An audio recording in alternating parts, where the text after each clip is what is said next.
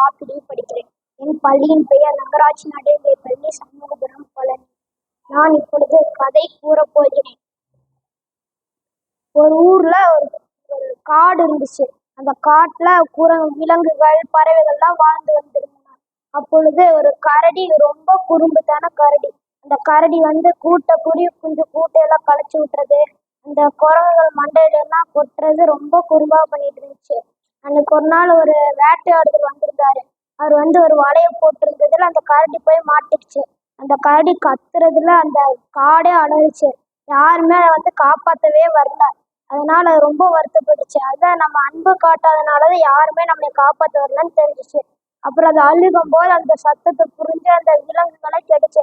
அது இன்னொரு டைம் திருந்திருச்சு. நம்ம போய் காப்பாத்துனா நம்ம கூட நல்லா சேர்ந்து விளையாடும், சேரும் அப்படின்னுச்சு. அப்புறம் அவங்க போய் காப்பாத்தி அந்த வேட்டையாடல விரட்டி விட்டு அந்த கரடியை காப்பாத்துச்சு. அந்த கரடி அவங்க கூட போயிருச்சு. அதிகாரம் 8, குறள் எண் 77. அன்பில் அதனை வெயில் போல் காயுமே, என்பில் அதனை வெயில் போல் காயுமே, அன்பில் அதனை அறம். நன்றி.